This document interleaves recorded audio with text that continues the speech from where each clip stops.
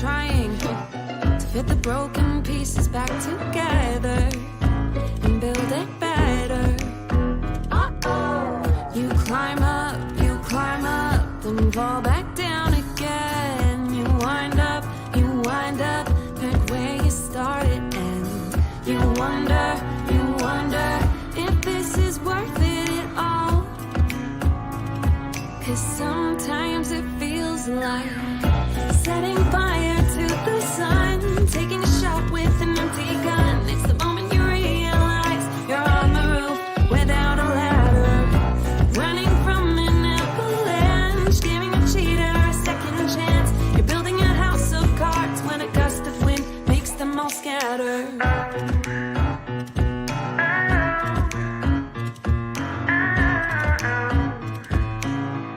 Setting fire to the sun, up against a wall now. Ask yourself, what do I do next? Which move is best? Seems no matter what you do, it all just falls apart. So why try when you know in your heart that you'll climb up, then fall back down again. You'll wind up back where you started, and you wonder if this is worth it at all. 'Cause sometimes it feels like setting fire to the sun, taking a shot with an empty gun. It's the moment you realize you're on the roof without a ladder, running from an avalanche, giving a cheater a second chance. You move to a big glass house when it starts to hail, the ceiling shatters. Oh no.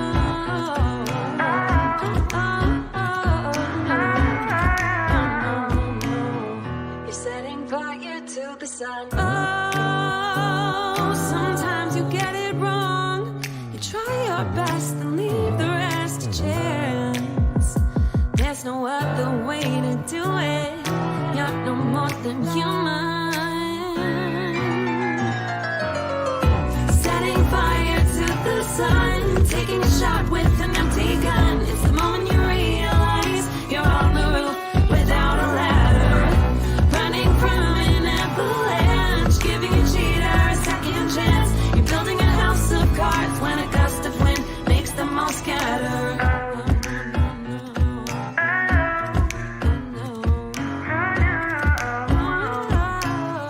You're setting fire to the sun.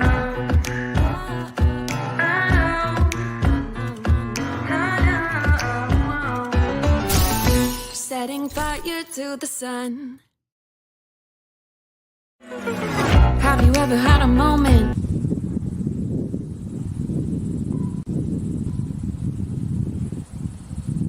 Are you gonna pick your baby up?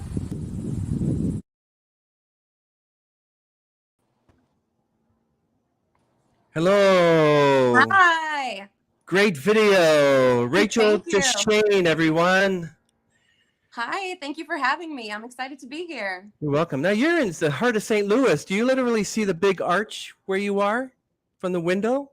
No, I wish. I'm actually like right on the other side of the river in Illinois. So, you know, when we go across the river, then we can see the arch, and that sight never gets old to me, but I can't see it from my house, sadly. I have friends who can. That must have been something that if you could, just that's the view of the window. Because here in Toronto, like we have the CN Tower, and people have condos and apartment buildings that are facing the lake there. You can see the landscape. You can see CN Tower. It's actually maybe that tall. But if you're actually in the heart of Toronto, the CN Tower is like, I think it's 1,280 feet high. And Wow. yeah. That is crazy. That would be really cool to be able to see that like right from your house. Yeah. So everyone, Rachel Deschaine is from St. Louis, Missouri, and she is based there. And she's a singer-songwriter and currently working with producer Sam Maul. Now, you put this one together with him as well? The one that we just watched? Yeah. That was actually with a different producer, my friend Leo Diamant from Webster University. So we kind of worked on that together. But I think the rest of my songs, pretty much Sam has had a hand in. It's interesting because, like, what's your creative process? I mean, listen to this, everyone. Your lyrics. Where you ever had a moment where you feel everything you've done has gone so wrong, you wonder why you're even trying to fit the broken piece back together and build it better. Tell us how these lyrics came to be the title, and what's the process when you first starting? Do you think of the lyrics? Do you start with the melody? How Mhm. do you do it? So this one was actually a little bit different than I usually write. I actually came up with the title first. Sometimes I'll be in like Barnes and Noble or watching a TV show or something, and I sometimes love to start with a title that I think is very eye catching. Or like if I saw it on Spotify, I'd be like, how are they going to make this into a song? Like, what, Setting Fire to the Sun? What is that? And this one I actually got from a show called Phineas and Ferb. I don't know if you've seen that show. It was like a children's show on Disney Channel. I'm But not one of the sure. characters, yeah, one of the characters is like an evil scientist, and one of his plans that he comes up with is to set fire to the sun. And I thought that was like a perfect metaphor for like doing something that was just never going to work out to begin with. I mean, the sun is like already on fire. So, yeah, after that, I kind of sat down and came up with that dun dun dun dun dun dun, like that melodic hook, and then the rest of the song sort of just came out from there. Yeah, you climb up, to fall back down again. You wind up back where you started, and you wonder if this is worth it all, because sometimes it feels like very interesting lyrics. So there's a cringe worthy to that, like watching your own videos? You kind of like, how do you feel when you watch your own videos? Or Yeah. like actresses and actors, they usually like, do they watch their own films? Like I always wondered that. Yeah, I know some actors like really won't watch their own films, which I totally understand. Yeah, I would say like right after I do something, like right after I made that video, I thought it looked cool, like I liked it, so I put it out, and then usually it's like a year after I make something. Um, Specifically, I just watched like a performance the other day because I had to like relearn the dances, and I was just cringing through the whole thing, and I felt bad that the audience had to watch it. It was like not my favorite. But like in the moment, I'll think something's pretty good. I'll be like, yeah, this is cool. And then a year later, you cringe. And I feel like that's maybe a good thing because it shows you're improving. But yeah, it is hard to watch yourself sometimes. And of course, when you're working with people like Sam Maul or other producers, do you, when you finish the song and you put it all together, lyrics, the melody, it's all ready to be played, Mhm. do you go, hi, mom and dad, I want you to hear my new song? Because I've seen a video recently where the woman is playing her song in front of her parents. Mhm. Or do you like, okay, I like it, Sam likes it, whoever is working with it, so I'm going to post it? Do you ever get that worry that parents are going to call or friends are going to say, what did you just do there? You know? Yeah, so I actually usually play the different versions for my family. Yeah, I played setting or not. I played that one. I played Get Out of Soho, this one that's coming out, a Yeah. bunch of times for them. I always like to get like their opinion. I play it for my close friends a lot. I like to play it for like a small group of people. I think it's important to play your music for people who aren't musicians themselves and get their opinion on it, because oftentimes they're going to be the most honest about it. Sometimes they won't be able to articulate like a producer would what exactly they don't like or do like about it, but you can pretty much figure it out from what they say. Like they'll be like, I feel like I can't really hear what you're saying, and that's really helpful. Stuff like that, yeah. And then obviously showing them the finished product when it's like done and ready to go is really fun, because a lot of times they'll be like, oh my god, I'm excited, this is my favorite one yet. So yeah, their opinion is definitely very important to me. Yeah, I really like creative processes like that. I don't like, okay, I'm going to write a song, we'll put it through an AI, boom, done. Like that's cheating. I mean, Oh it's my sort of god. like if you're gonna run the 100-yard dash, can I just walk it, and then Hmm. once I get to finish line, everyone can run, so I win. You know, like you want to do, Yeah. like where's the work involved if you just don't do it on your own and you have your producers and songwriters or whatever to put the song together, Mhm. and then you're like, that was hard work, and all you did was just be there. It's like awesome. It's actually pretty awesome. Yeah. Everyone, as Rachel had mentioned, she has a new song called "Get Out of Soho." It's Yeah. being released on Saturday, so we're going to play a little bit of it.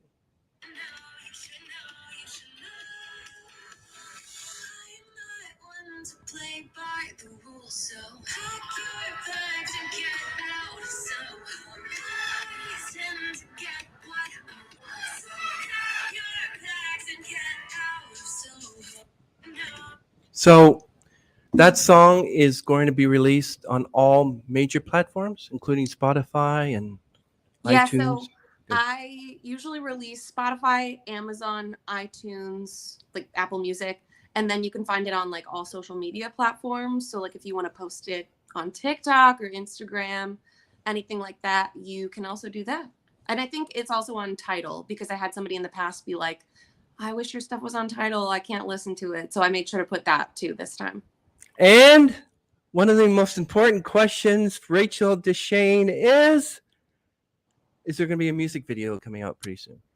Right. Yeah. So this time I'm doing something a little different. I'm going to do a vertical video. Have you ever seen one of those? Yeah, like I've seen Yeah. vertical movies, and I'm like, oh, talk about cringeworthy. No. Yeah. But so I'm going to do like a vertical video that's sort of a lyric video mixed with a music video that's like very in the theme of the song. Because obviously for like independent artists, it's really important that it's cost effective. So a lot of times what I did in the past with the music videos, I would like write down my dream music video. Like if I had unlimited funds, what would I do? And then I took that idea and was like, what's the most important parts of this for me to get across? And then I'll make like a budget friendly version of it. And then that's what I'll do. That's So, an amazing idea to do that, Rachel. I really admire the way you just, you want to take complete control of your music, complete control of how you want the video and have it done. And I bet you it's going to be superb. I love your other music, and the one we're going to play later is called "The Sweater," which is kind of funny because you're ripping a sweater to bits. So just to let you know that if we ever meet, I'll give you like a bag of sweaters and knife and Yes. okay. Yeah. Yes, you're fueling my addiction to ripping sweaters. Yeah. So what is Prism what's Mhm. Prism about? Yeah, so that one was really fun. It was a collaboration with Sam Maul, who Sam Maul. produces most of my music, but that was more of a collaboration in songwriting also. We started with this like track that he had made, and then I wrote over it instead of sort of bringing him a song that I'd finished.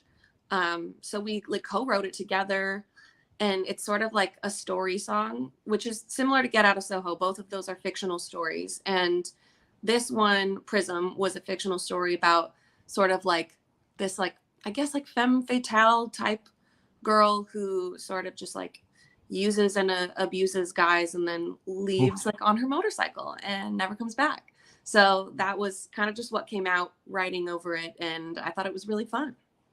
Yeah, I thought the video that we just played was really fun too. Amazing video. How long did that take you to put together? Ooh, that one was pretty long. I had to do like shooting on multiple days. Sometimes I would just be shooting myself, like setting the camera up, and then sometimes my friend Lizzie, who is so helpful, she's always down to help me with whatever I need and is really creative as well. Sometimes she would come over and help me with the shots that I couldn't get on my own. So I would say like all in all, it took about like 3 days to shoot, not in a row, and then like about like a few weeks to edit it. And then it was ready to go. Yeah, beautiful job. Basically, I know that music videos like that, and I believe that the Michael Jackson video, the one where his hair caught on fire, that took so long to do, and it's only like a 5-6 minute video. Yeah, you should like for someone like me who's into video making and filmmaking. And every time I watch a movie, I'm thinking, how long did that take? And I'm thinking, when I just saw the new Mission Impossible movie, I've heard it's amazing, it's like unbelievable. really good. Yeah. It's on your seat action. You should see it. Okay, cool. And when I'm watching, I'm like, wow, I wonder how long that took. Oh, I wonder how long that took. He does his own what do you call it? Stunts? Yeah, that's right. Yeah. He I does his saw the own clip stunts. of him like falling off a cliff with his Yeah. motorcycle, and I was like, he needs to be stopped. He's gonna kill himself. Yes, you have to go see that one. I haven't seen the new Indiana Jones one yet, but I intend to see it the next couple of weeks. Rachel, it's so lovely to see you on the platform. So lovely to talk to you and meet you, the one who likes to murder sweaters. So, you go around with a knife and stabbing all the cereal boxes, be a serial killer. Exactly. Yeah, I'm like a huge menace in Goodwill. Like, Yeah. me and they're like, oh my god, get her out of here. Yeah. So what was the role of music in the early years of your life? When did you first discover, okay, this is what I wanted to do? Yeah, so I actually started in theater when I was like 6 or 7. It was like I was like a kid in a high school show, like The Music Man. And then after that, I just always loved singing. And then I would like write little songs that weren't really songs. And then I wrote my first like full song, verse, chorus, bridge, whole thing when I was 9 after my dog passed away. And obviously I was very sad. And so I wrote a song to sort of like memorialize him. It was called My Angel. And I like played it for my mom. And of course she was like, okay, yeah, I'll listen to this song. Yeah, sure, that you made. And then after I sang it, she was like, can you sing that again? Like that was the actual song. Like obviously she wasn't expecting to be actually entertained by it. So after that, I just never really stopped writing songs. And yeah, went to school for it. And here I am today. So what school did you actually attend for that? So I went to Webster University in St. Louis, and their songwriting program was like relatively new when I went there. Yeah, but the my main coach / teacher, Melissa Bishop, who is a songwriter herself, works in Nashville a lot. She was just like an amazing leader in our program, and I learned so much from her. I consider her like one of my mentors, my main mentor for songwriting. And it was cool because like, since it was a newer program, we kind of got to help shape it. Like they asked our opinions on a lot of stuff. Like we got to do a lot of things for the first time, which was, yeah, it was a cool experience. I was between that and Belmont, and I'm glad I chose Webster. I don't understand a reason to take a course to write songs. All you do is sit down, you think of lyrics, go outside and think, okay, there's a nice tree, so let's talk about a tree, whatever. And then you get someone to do the melody. So what is the songwriting course all about? Like, what is it you learn? The theory? Is it how to set up lyrics, the rhyming, how to make a jive? And I don't know if it's how to make a jive, but I've heard songs that like that shouldn't have been released, or at least change the lyrics, because, you should give you that whole freedom. So what is that all about? So, I mean, I think sometimes people like misunderstand, at least I know at one point I did, that, like songwriting or anything with music, people are like, oh, you're just like naturally gifted at it, but it's a craft like anything else. So, I mean, if somebody has no idea how to write a song or where to even begin, like they might not become like a really prolific songwriter someday, like if you don't have natural ability. But natural ability only goes so far. And what I learned was like the craft behind it, like, what actually makes a song work versus what doesn't. It's actually very similar to like taking a writing course and learning about story structure. There's a certain structure for different types of songs. Like a blues song is not going to have the same structure as a pop song. You would put things in a commercial song for the radio that you would not put in like an indie rock song. There's certain do's and don'ts. And I think it's one of those things, some people are like, I don't like music to have rules, but it's like, it doesn't need to have rules, but in order to break the rules, you need to know what the rules are and why they're there. So for me, it just really helped like shape the way that I write. And I look back at like the songs that I wrote before I went to Webster, and they are trash. Like they're not good. Like maybe they're good for like the age that I was, or compared to your average person who doesn't know how to write a song. But like I grew so much as an artist, and learned so much about articulating what I wanted to say in the most concise way possible, because that is like the whole point of a song, is like you get 3 minutes to like get across an idea that can sometimes be very complex, or sometimes it can just be about writing a song people want to dance to. It just depends what you're trying to get across. But there's that. And then I learned a lot about music theory. So I would say like I still write a lot based on instinct, but the tools that I learned are what truly get me to craft a proper song and get me out of a place if I'm stuck. And I would say the number one thing I learned is like rewriting songs. Like you usually should rewrite a song multiple times. Yeah, but when are you going to stop? That's the thing. Like, Well, I mean, it's like anything. You just kind of have to acknowledge if you're a bit of a perfectionist. But I usually find that I pretty much know when a song is complete, or at least works in the way that I think that it works. I'm like, okay, it's the same. I really compare it to like writing a book. Like people might be like, well, if you rewrite a book, like, how do you know when you're done? And you're just like, well, I mean, when you've decided it's good enough, I guess, like you're going to come back. You can't reach perfection. Like, I think if you're going to try to write a perfect song, like you'll never stop writing it. But there is a feeling that you get when you're like, okay, I'm satisfied with this. so what do you think of authors that spend their lives writing horrors and mysteries, and then suddenly they write under a different name? Like, for instance, you know who Stephen King is, but did you ever realize who, like, is an author by the name of Richard Bachman? Mm-hmm. That's Stephen King. But his books are totally different when he writes as Richard Bachman. Yeah. And That's cool. then there's poets like George Eliot was a woman. Mm-hmm. Yeah, that reminds me of J.K. Rowling choosing to make her name J.K. so like nobody knew she was a girl. Yep. And so with you could literally just call yourself Deschaine if you wanted to, but doesn't negate the fact that you wouldn't be writing any differently. Now, Rachel, let me ask you something. Do you think that songs should have bridges? I was actually talking to another musician and they hate bridges. So do you think bridges make a song? I would say it's really just depends on like what the specific song is. I don't think there's like a one and done answer. There's not a one size fits all. Like that, I saw somebody's Instagram bio the other day and he was a producer and he had like a funny bio that was like, I don't even think this needs a bridge, which is like something I've definitely heard in sessions. Like that's so funny to me, like having been in songwriting sessions, being like, I don't even think this needs a bridge. Because it depends. Like sometimes to me, I'll be writing a song and I'll be like, I got the idea across. Like a bridge would be excessive, especially if it's a wordy song.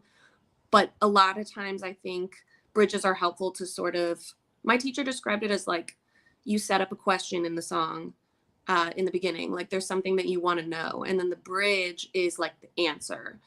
Or the conclusion, but not every song needs that. Like some songs are just more simple. So some songs I really like when they have like a musical breakdown during the bridge instead of any words. So yeah, I think it just depends on what style and what song and the idea. Yeah, when I was younger, there was a book called Dahlgren. I picked it up in the late 70s and I wanted to read it. I found it was over 1,000 pages. I'm like, oh, that's a lot. And then you have short stories, which some of them are like 100 pages. That's a short story, 100 pages. I know. I'm like, that's not a short story. Stop lying. Yeah. But I'd be interested in asking you, okay, I want you to give us the meaning of this. So it says Rachel doesn't sugarcoat her messages. Explain that one. Ever since I started writing, I kind of found myself writing in a very like, I wrote a lot of songs almost in like a sarcastic tone or like tongue in cheek, and just sort of being a little like blunt in my writing. Like I have a song called American Universe where one of the lines is, hey, I know you want to be an American. That's what everyone wants to be except Americans. So sometimes I'll just kind of put lines like that. And I'm not very like sugary or like romantic in my writing. I'm a little more like, I'll use metaphors and stuff, but I just tend to have more like on the nose, very opinionated songs, I guess.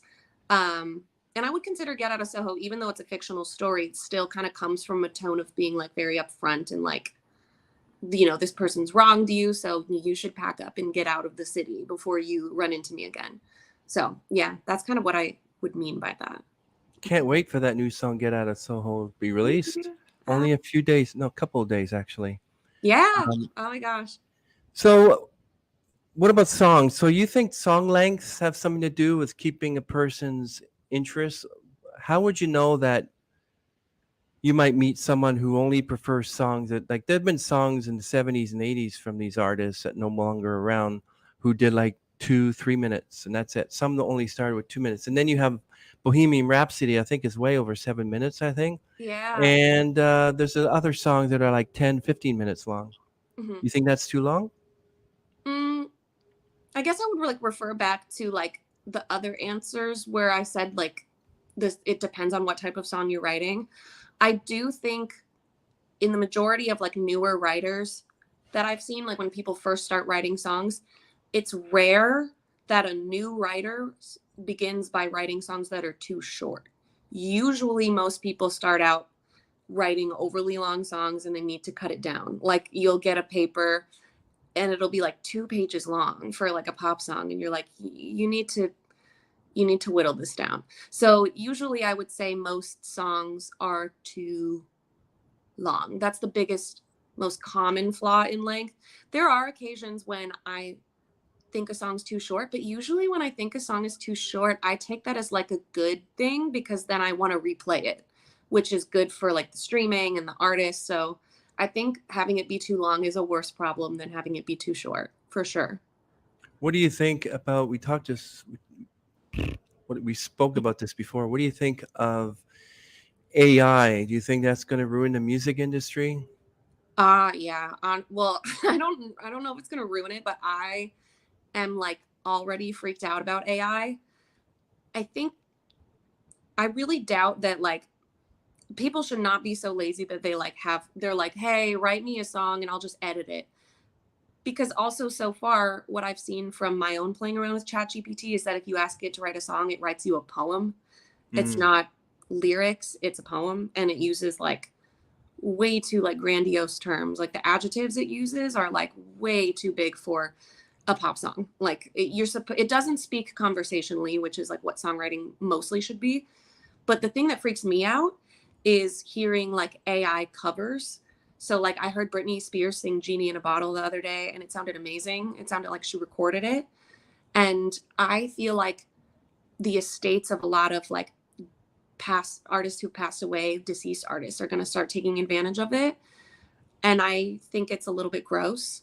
I think they're going to start producing new music with like the voice of Michael Jackson. They're going to release whole albums of AI voice. I'm just putting this out there now. If anybody in the future finds this, I was right. This ended up happening. They're going to release albums of like dead artist music, and it's going to be kind of gross. I mean, they're already making a movie where James Dean is going Yeah, to be played yeah, by yeah, another actor, yeah.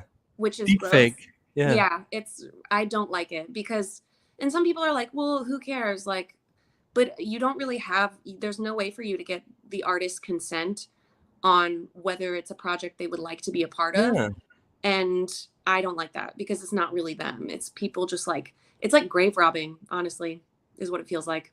Well, I know my brother he would always say whenever you watch an old movie from this 50s, 60s, 70s, it's not the actors. Mhm. It's light and film. That's all it is. Light and film or something. It's not Yeah. really them. Like when you, like, I'm a big Jimmy Stewart fan Hmm. and I love his movies. Now, don't you dare take an AI of Jimmy Stewart and put him in a movie with like, Hmm. you know, Brad Pitt or something. That would be the worst thing you did. Yeah.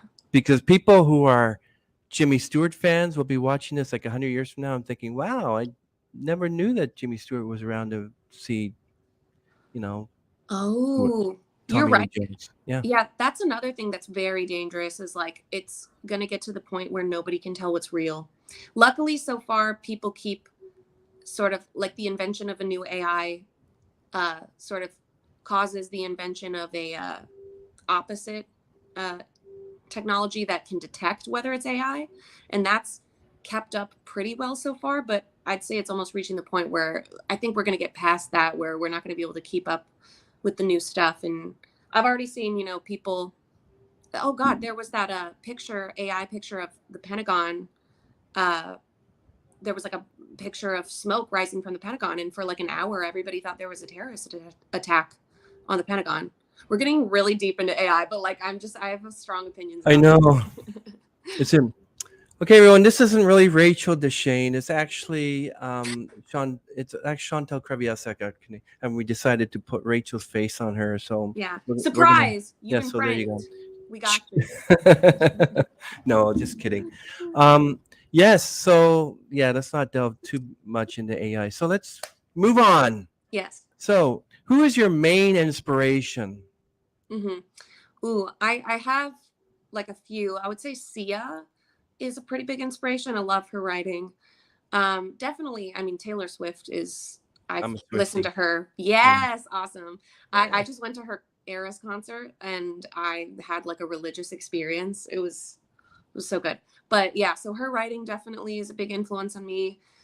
Honestly, like growing up, this maybe isn't like the coolest influence but it did have a big effect. I grew up watching Hannah Montana and Miley Cyrus.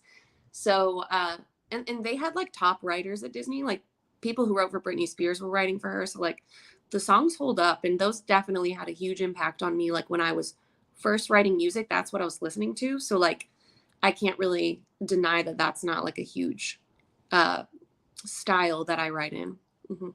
I mean, I kind of admit that songs and music were well crafted back when we didn't have these stupid computers, and we had just people around. You had a songwriter, you had a lyricist, you had a photographer for the album covers, you had the companies to press the vinyl, Mhm. you had, and I have a mutual friend, and he used to do record covers for like Bruce Coburn and all that. He recently passed away, but he did record covers. And now you just say, "Hey AI, like I have an album coming out. Can you make it look like I'm wearing a spacesuit?" Boom, done. Oh, great! And yet a photographer out there is on the street looking for pizza in the dumpsters because nobody wants to hire him. Because have you seen the photographs that AI's taken? Like it's Yeah. yeah, It's so weird. It's so yeah. weird. But yes. So who, if you could perform with anybody, who would it be? Like the top of my head, I would say Taylor Swift, but in reality, I feel like I would choose Miley Cyrus because like that would be like the biggest childhood dream come true, like ever. I think I would probably cry. Yeah. Well, I was thinking that, like, to be honest, yesterday I was watching my favorite Taylor Swift video, Delicate. The way she's dancing, and there's a part of that video where nobody can see her, so she does she wants, and then she Mhm. gets wet in the rain. Yeah. And at the very end, you see her. That's one of the greatest videos I've ever seen. If I ever get Taylor Swift on my podcast, I'm going to spend 5 hours with her on this platform. Yeah. 5 hours, because she's just amazing. And I know someone of my age listening to Taylor Swift. I know people my age who are listening to Taylor Swift. People my age would be listening to like Dean Martin and Sammy Davis Jr. But I love listening to Britney Spears sometimes and Yeah. singing a lot. And um, so okay, so when you're performing, how would you describe your fans? What kind of reaction are you expecting your fans to give? Is it during the performance or after the performance? You expecting them to come up to you and say, "Wow, Rachel, can I have your autograph? Well, that was a great song." Or they're like, "Oh, Rachel, I'm just going over to, you know." Right. I mean, I'm definitely at like the beginning of my career. I've had a few times where people have like asked for pictures and stuff. And so obviously I was like, Mhm. you want a picture with me? Of course. So that's like super fun, obviously, if that happens, like if somebody wants that. Yeah. But honestly, I mean, just I love when people give like specific compliments about like what their favorite song was, like anything that can kind of help me, more than just, oh, that was awesome. Like, that's so nice. But like, I like when people give specific feedback so that it can help me like in the future, add more of what people like to see. Or even if somebody's like, I didn't really like this part so much, I'm like, okay, I can like cut that from the show. So I like feedback that kind of helps guide future shows and music. Mhm. Yeah, I agree with you. So that's very interesting. But what do you enjoy most about being a musician? Ooh, I mean, there's a lot of stuff. I feel like, um, like being able to like emotionally affect people is really cool. Like it's sort of, I remember one of my producers was like, don't, take being a musician lightly, or, pretend or think that like what you're doing isn't important, um, or making like changes, because, music goes like deeper than just like words. It can go like straight to somebody's soul. So like, don't take that power lightly. So that's big, I would say, just the ability to like connect with people in that way. And then obviously I love being in the studio. That's probably one of my top things. I love just like going in and writing a song. Like, you arrive there and you basically like make something completely new, and then by the time you leave, you have this whole other song that hadn't existed before. And then I like performing, definitely, like the energy of it. Yeah, I like how you say the energy and connecting with people. What are there people you just can't connect with? Like your music doesn't really, like there's some songs that people say, "Oh, it makes me cry." When I'm like, "Really? I hate that song. Don't even play it around me." Others are like, "But it's a great song. It reminds me of my grandma." And I'm Hmm. like, "Really?" So your grandma was a musician from the set, Yeah. And it's like, do songs affect you? Like, what would you say is a song that you would listen to? Not your own, of course, but Yeah. what song would you listen to, some other musician or band that would give you an emotional, where you just start tearing up? Definitely Desperado by the Eagles. Oh, wow. I can Good barely like, choice. thank you. I can barely play that song because my dad was like a huge Eagles fan, and I Mm. grew up listening to them. They're like a pretty big influence too, like their storytelling and their harmonics on their songs. Their chord choices are very like complex. And I mean, for a while, like he passed away when I was 15, and No. I like really struggled to listen to that song. Mm. I love listening to it. Like, I'll always play it. I like to play it on like his birthday, or like a day that was like special to him, and kind of just like remember him in that way and connect through the music. But I totally relate if I see somebody like commenting on a song and being like, oh my gosh, my like sister loved this song. Like, there's so many like comments on like associating people who have passed with music and certain memories. Like, I mean, they do like music therapy with Alzheimer's patients, which, it's just so crazy, like the way that music affects your memory in particular. Yeah, But they become a little yeah. lucid when they listen to it. Yeah, they'll be like, oh my God, I was wearing like this polka dot dress. I was at my Hmm. prom and I was 16. And you're like, oh my God, you're 90. Um, but yeah, so definitely Desperado is such an emotional song for me. And it's an emotional song even without having a memory attached to it, but that just kind of doubles it. Well, yesterday my mom has been gone 30 years, and whenever I watch Sound of Music or Chitty Chitty Bang Bang or Mary Poppins or any of those, I knew that even Wizard of Oz, she would always say, "Well, that's a very young Judy Garland." Like, she was like 17, right? Yeah, super young. Yeah. And my mom, it's like watching, and I'm thinking of those memories. Yeah, I remember my mother was knitting or sewing, and I was there watching Wizard of Oz with her, or Sound of Music. So 30 years is a long time, but with my dad, it wasn't specifically music that really makes me think of him. It's just TV shows that we watched, and Oh, whenever like any of these 70s or 80s TV shows come on, I'm like, oh, wow, I remember watching that episode with him. So mhm. it always something. If it's not music, something Yeah. triggers. Yeah, movies are a big one too for Yeah. people. Yeah. They like the memory of watching something together for the first time is like super important. Yeah.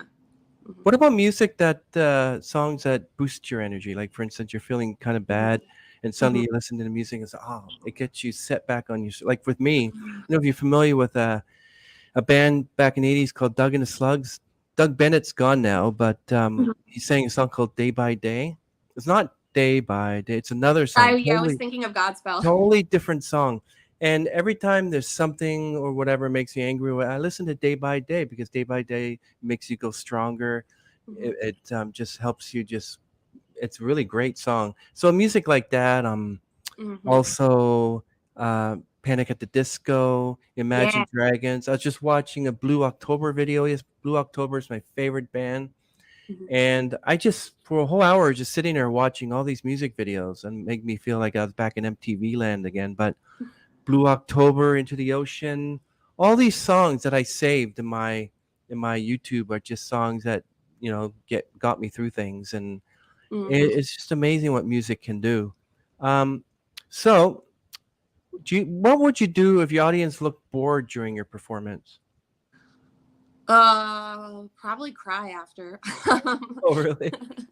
I can be like really, that's something I've had to like work through is I can be very like hypersensitive to like reading people's reactions. Like even in my everyday life, like somebody could say, "Oh, hi," and I'd be like, "Oh my god, they're mad at me. What's going on?" So I definitely have had to sort of, especially because like a lot of times like I found that I would see somebody who looked bored and then afterwards they'd be like, "That was so good. I had so much fun." So I learned that like reading, like looking on at somebody's face isn't necessarily the most telling of like how they're actually feeling, especially because so many people can just be like when they're watching something, and then other people can have a more like active like, yeah. I definitely would prefer people to be like dancing and like having fun, and that's usually how it is at like a ticketed show. But if you're playing like at a restaurant or something, or like a smaller venue, like people aren't necessarily going to give you a reaction. Every time I listen to an artist live or something at a smaller venue, I always try really hard to like give a good reaction and be like the person in the audience they can look to and be like, okay, it's good. Like I'll be like it's probably almost weird. Have you ever gone to a karaoke and your friends that you're with said, "Can you just go up and do some singing and let's see if they can tell whether you actually have experienced musician or you're just somebody that just likes singing"? You ever done that? No, I don't really do karaoke because No. people, I think it's like a, people actually really hate in karaoke when somebody goes up and is actually like an I love actual it. singer. But you like, I mean, I don't know, like you really like music and like appreciate it. And a lot of people do, but like me and my sister always joke, we're like, that'd just be annoying. Cause like the thing everybody wants to see at karaoke, in my opinion, is like the drunk guy who's just having the time of his life sing like a really horrible version of like My Heart Will Go On by Celine Dion. Like Oh that's like what yeah. people want to see. Yeah. Oh yeah. I remember this video of I forget his name. He said "Light My Fire," and he actually is the originator of that song. And then I believe the Doors did a cover version. Um, he's a blind performer. Anyways, he was doing Every Breath You Take, and staying in the audience, the look on his face like, God, he's ruining my song. The look on his face is like, oh, talk about cringeworthy. Uh, Now, at a karaoke, I go, I'm a totally different person, and I love like singing Billy Joel songs and everything. But one time I was in karaoke with my friend Armando, and actually I was at another karaoke with another friend and his wife, and I was sitting there, and there was this woman who stood up, and she started singing um, "Highway to Hell" by AC/DC. She sounded like the woman on. She sounded like the main lead singer of AC/DC, just mhm, the way she sounded with that and stuff like that. mhm. And then you look to the right, and there's this elderly couple celebrating their 70th or 80th wedding anniversary, slow dancing. How in the heck can you slow dance? How the heck can you slow dance the Highway to Hell? Like, Oh makes no my sense. God. That's so funny. Maybe they were like from like they were in like a biker gang together when they were younger and they were like, "This is our song, babe." Oh my God. I don't know, but I found the most weirdest experience. I actually filmed them, and it was actually pretty interesting. Some of the things that you find, and yeah, I agree. Some people do really poor versions of cover songs, but I find that sometimes cover songs done by other performers are a lot better than the original. I just Yeah, don't. I've definitely seen that for sure. Cause it's Yeah, like they get the chance to sort of expand on it. yeah. Hmm. So, if you could trade with any musician in the world, and you can't say Taylor Swift, who would it be? Like trade lives or like trade Yeah, voice? that you just suddenly wake up and you're them. Oh my gosh. Ooh. Ooh, maybe Ariana Grande because her voice is like crazy. I would love to just like be able to get up on stage and just like wail those high notes like that, yeah, that'd be cool. And she's in the Wicked movie right now, so like that wouldn't be too bad either. Yeah, she's awesome.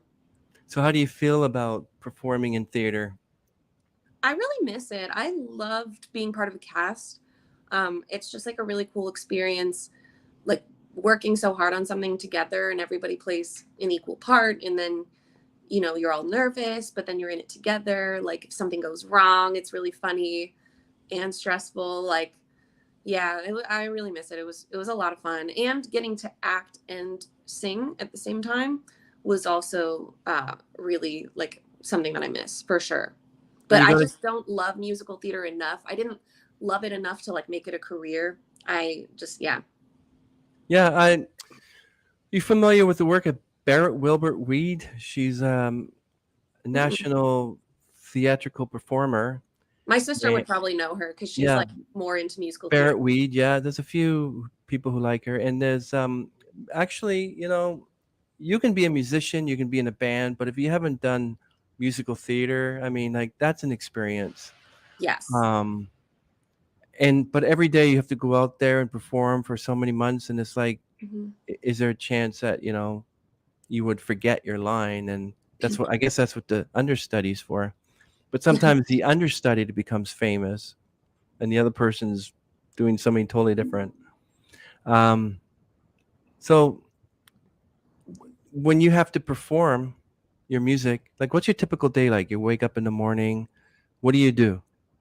Yeah. So if I have a show, I'll like wake up, um, try to like relax a little bit. I always have coffee. I love coffee so much. And then I'll always just like make sure I have absolutely everything I need. I'll like go over, I usually have a checklist. I'll warm up. I will drink like a tea or something. Like my voice has been very dry lately. Um, and yeah, I don't know why. So I've been drinking a lot of tea lately. And then I'll just kind of go over like all this, you know, the times that I have to be there, what time sound check is. And then I'll spend like 2 hours getting ready because I love doing extensive makeup. And then I'm ready to go. Well, that's excellent. Yeah. I like to do a few things before I literally go to work or whatever. I took this week off because I got so much vacation time. I decided to just take this 1 week off Yeah. and don't have to go back to the office till the beginning of August, which is good. Um, Nice. yeah. So, is there a particular music style that you don't like? You can't stand it?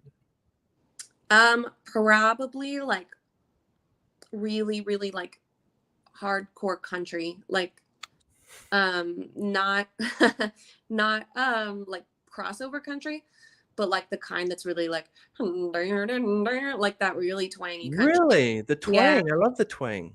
Yeah, it's just, you know, I love old Taylor Swift, but like she's more crossover. Um yeah, so I just it's just not my thing. I agree with you because when like Leanne Rhymes started a country, and then I stopped listening to her when she started doing regular stuff. And but I really like Reba McEntire, and there's a really nice song called "Somebody," which is really good. Hmm. Um, and then another one's called "Back to God," which is a good song. So if you get a chance, everyone, listen to those songs by Reba McEntire. You will fall in love with her Yeah. immediately. "Back to God" and "Somebody," excellent, excellent songs. Yeah. And also, I'm not a big Tim McGraw fan, but I love the song "Live Like You Were Dying." That's a great. Oh, that's a good song. The one That's thing I'll say is like, even though I don't listen to country music that often, I mean, I have a few songs I like. I love Burning House by Cam. That's gorgeous. And I cover that a lot in my sets. But like, I'll say I do, like, when you break down a country song, like, even though I don't listen to it, I would say country songwriters are probably like the top songwriters in their craft. Like, they know how to put a song together and like what makes a good song. Like they're the most serious about the art of songwriting, I think, out of like most of the genres. wow, it's Hmm. amazing. So okay, you're the first one I'm going to ask this question to because I figure that you might have a good. Like, you can tell by the person's character and personality that they'd find this question would be fun. Hmm. So, if you could be an instrument, what instrument would you like to be? Ooh, Oh, you know what I would like to be? I'd like to be like a giant drum, like a timpani or something. Like Symphony. so, What? yeah, Really? so like Wow. whenever like there's like an epic orchestral piece playing, I'm like the one that's like ba ba ba ba. Like that would be what I would want to be for sure. I love that answer. That's Yeah. excellent. Thanks. So, advice would you give to someone who has just started a career? Like, so someone comes up to you and said, "Rachel or Miss Deschaine, I want to do what you do." What do you do? I would say to it depends how old they are. Sorry, I like overthink questions. I would just say like Me too. definitely get like educated and make sure that you are like, armed and dangerous with tools for your creative part of it because in the music industry like the more skills that you have, like the more likely you are to be working. Um and then I guess I would say like be patient um and yeah, just like be patient and like, you know, really enjoy like try to enjoy the journey. Don't think so much about like the destination. Like set clear goals obviously, but like if you're just like suffering through it, being like, when is this gonna happen for me? Like you're like not gonna have any fun and it's gonna suck. So yeah. So what's the worst advice that you ever received where you The went, worst. "Okay, I'll take that with a and walk away." Oh, when somebody told me to never like to just not perform live ever. They told me that it's like Really? not worth it. They told me to wait until I'm successful to perform live. What? Or just do it to have practice. They were like Bad only advice. only be on social media, don't meet people in real life. I was like, "What?" So, and also I was just like even if that's true, I like performing live, so I'm not going to take your advice. Yeah. That's the worst Mike Brady asinine quote. I was like, it's like, wow, don't no, you gotta perform live because people gotta know who you are. Yeah. Also, yeah, and also like I think you can make more genuine connections when you meet people in real life versus on social media. Like you should do both, but it's both are important. Yeah.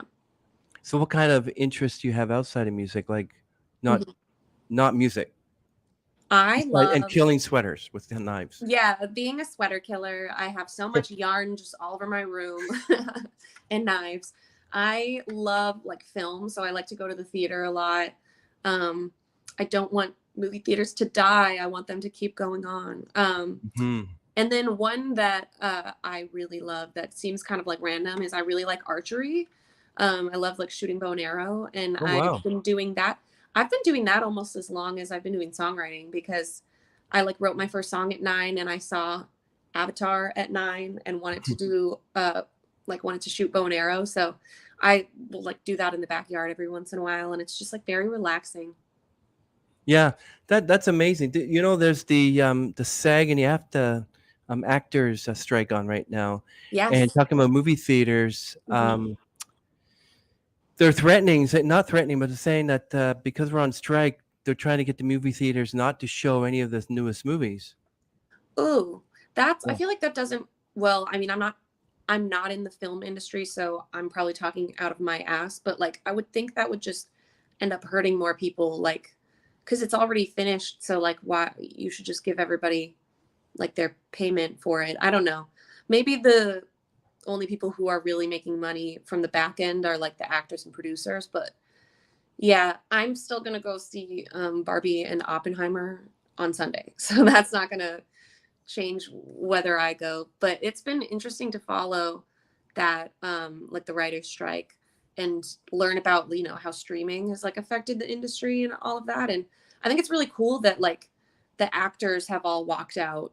Like the cast of Barbie and Oppenheimer, like aren't doing any more press for it. Like they made a big deal to like walk out during a premiere for Oppenheimer. So yeah, definitely been interesting to watch.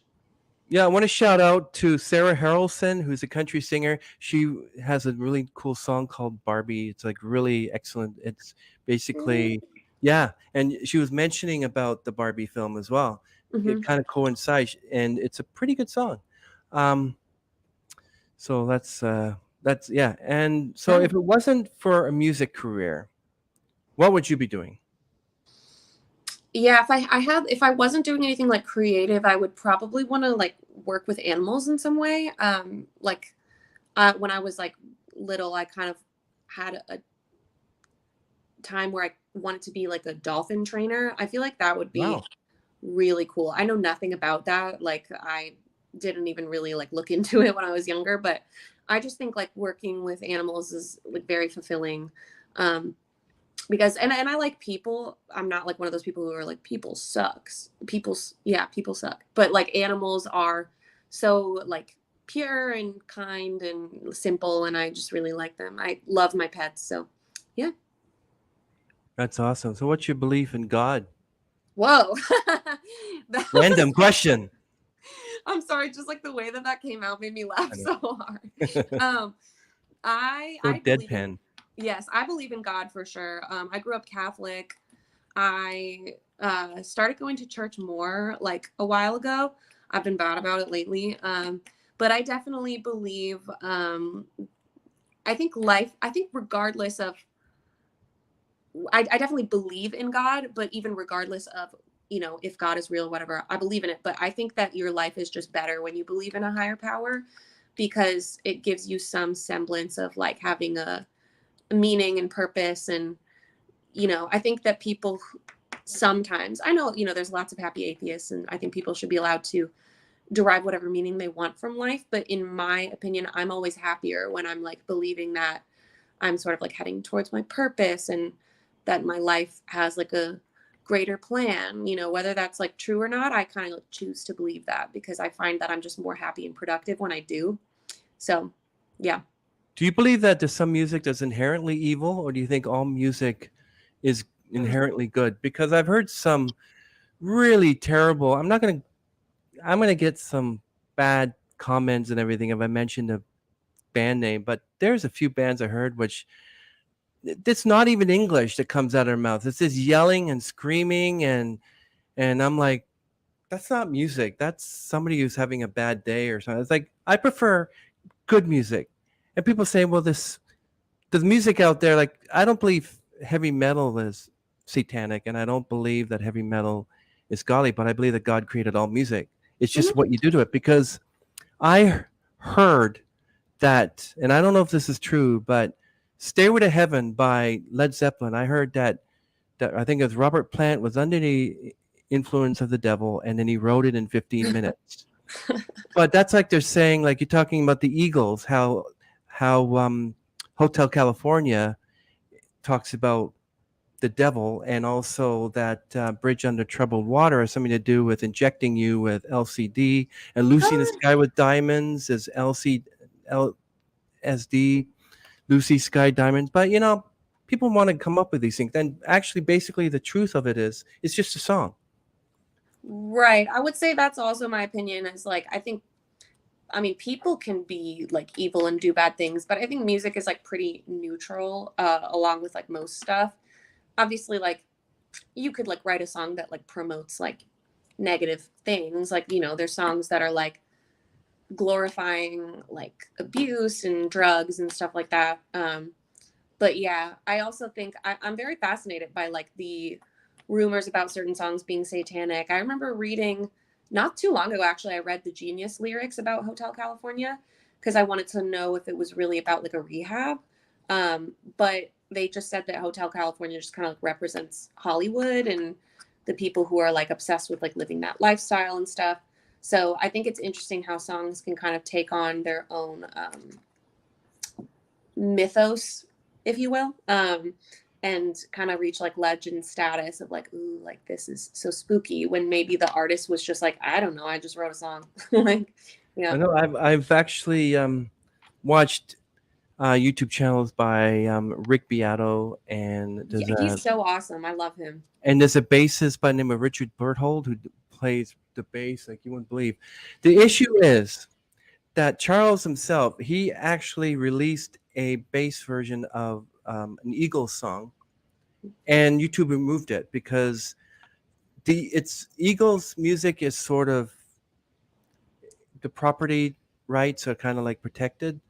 So Don Henley himself said like people that go around work for him that go and scour the internet for cover songs done by the Eagles and remove them. And Charles Berthold had this whole, so with Rick Beato, the same thing happened to him with an Eagles tune. It was removed, and he was so mad. He went to court and everything. It's kind of amazing the music does. It's sort of like you can't do a cover version. It might be even better. Your cover version might be better than the actual one who sang it. And I'm thinking that they remove it is because it's better than their version. I feel like that's so dumb to remove it because that's literally free promotion. Like, Yeah, because it is. a kid who's never heard that song before will be like, wow, that's amazing. And maybe they'll listen to the cover for a while, but they will probably realize it's based off of, it's not their song, and they'll want to go check that other song out and might really like it. So that's kind of weird. I totally agree with you. What do you think the music industry is going to be like in 10, 20 years?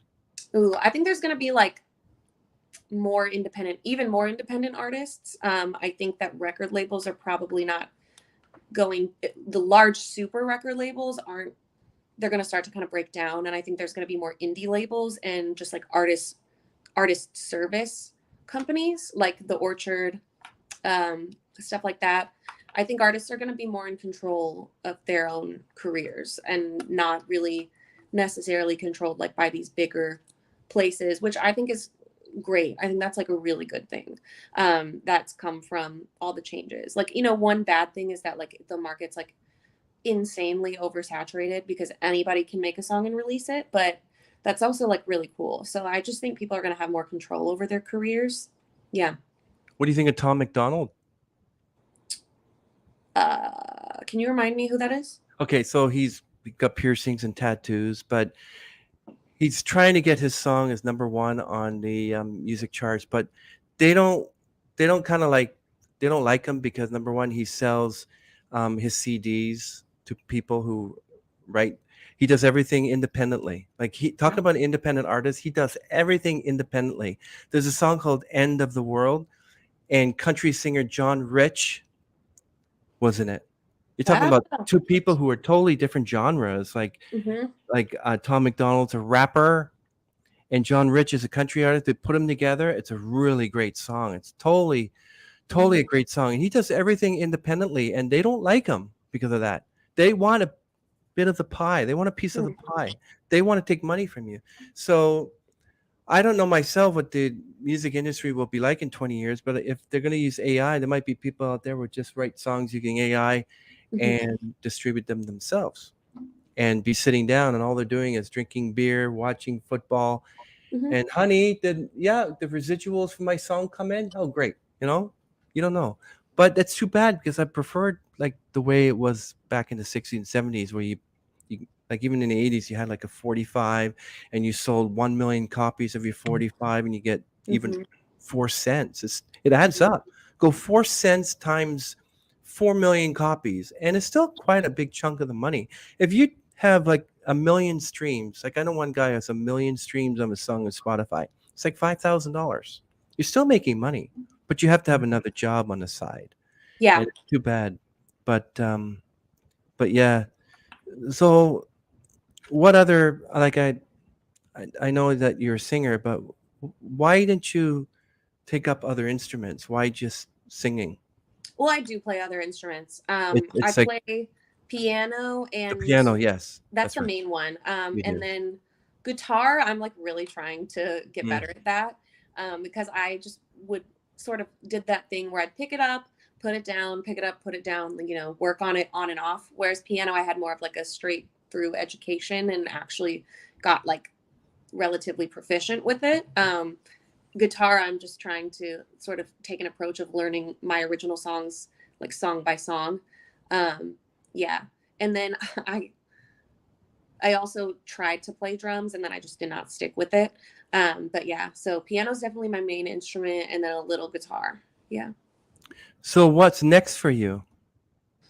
Yeah, so I'm going to have some more music coming out. And then I have more performances this fall, the rest of the summer and fall. So, excuse me, July 22nd is also a day that I'm performing probably at the biggest venue that I've played yet. I think it seats around like 4,000, and it's cool. It's like a free concert, and I'm opening up for like a tribute band that plays Nice. Santana music. So Oh I wow. love Santana. So I'm excited for that. So opening for them is probably maybe going to be like the biggest show I've played. So I'm excited because obviously that's also the release day. And then after that, I'm playing more shows that are kind of beyond like my own region. That's like a huge goal right now, is to like expand where I'm playing, to try to like meet new people in different areas. What do you think of tribute bands? Like, I know Barry Gibb is the only one that survived from Bee Gees, and it must be pretty difficult to know that, Hmm. you're the only one still standing. And it's sad because I really like the Bee Gees. Um, but there is a Bee Gees tribute band out there called Night Fever, and all three of them sound just like the Bee Gees. It's incredible. Oh, Just like Beatlemania, they all sound like John, Paul, Ringo, and George, right? It's like, yeah. um, I kind of like, just the other day we had a festival and there's like a Pat Benatar tribute. Hmm. There's a woman who does Pat Benatar, um, and there's a few people who like to do the Janis Joplin, you know, and I guess it's okay, but I prefer an artist to do their own music and be established, and then like you yourself can do covers as well if you wanted to. Yeah, I think tribute bands, honestly, it's a great way to make money. Like they make bank. And I think it's cool, like for people who never got to see that artist to like have the experience, the closest thing to it of seeing somebody. So I think that's like the cool part of it. Yeah, I think that would be cool. Like I would definitely, like if there's like a Britney Spears tribute show or something, I would definitely go, because I don't she's still around, but I doubt she'll be performing anytime soon. So I would totally see that. Yeah, talking about a Britney tribute singer. Her name's Lorna Bliss. Ooh, I gotta look her up. Yeah, look her up, Lorna Bliss. Not only does she look like Britney Spears, but she's been doing the whole Britney Spears thing for years. And when Britney was in the problems with Kevin Federline, whatever, and she shaved her head, she did the same thing. So whatever Britney Spears did, Lorna did the same thing. And she was on America's Got Talent, and she went and she did her thing on Simon Cowell, and she was dressed up like, you know, like Britney Spears with the old short skirt and everything, and she went and she did the whole thing, and she was singing like Toxic, whatever. But yeah, she's like totally out there. She's like, yeah, look her up, Lorna Bliss. It's amazing. Okay. Cool. Okay, Wow. and before we end this stream, everyone, we're going to play. Is that you making I that think noise? I'm hearing it when you talk, like that kind of. Hello? Hello? Do you hear? Yeah, that must be me. Okay, so there must be a problem with, but we'll end the stream. We're going to have proof. Sorry about the noise. Everyone will have proof that Rachel is a sweater killer. But before we show that video, can you give us, I know it's annoying. Can you give us a little bit of advice for our audience? About, sorry, I kind of only caught. Do you want me to give advice to the audience? Yeah, just give us some word of advice for us if we want to get into music. For musicians? Okay, cool. I would just say, like,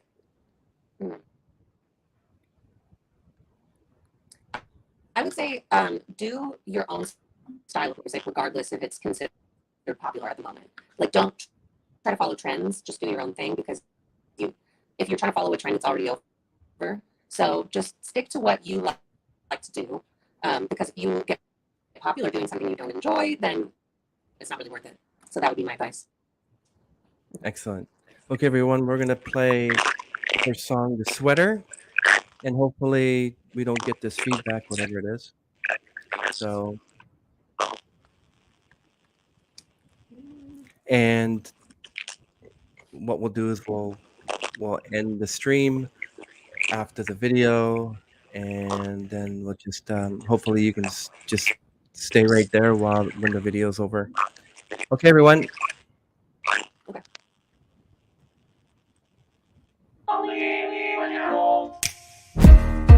That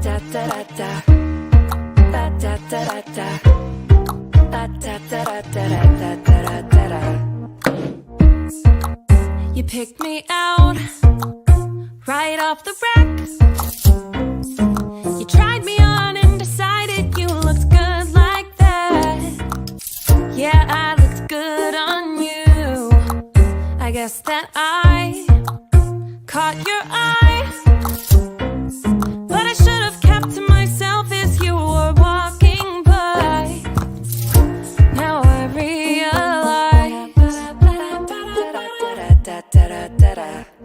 you pull at every little loose thread. Tug and you tug until there's nothing left. I know the truth of it all. You only need me when you're cold like a sweater.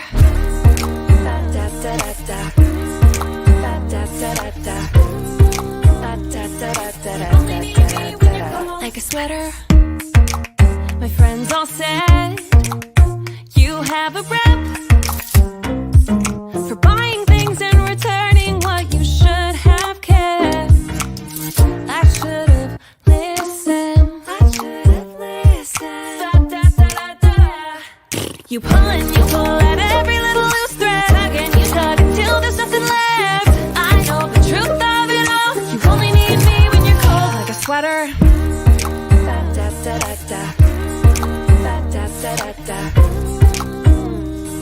You only need me when you're cold, lonely or angry or out of control. You know I really don't feel so compelled anymore to wait to be picked from the shelf.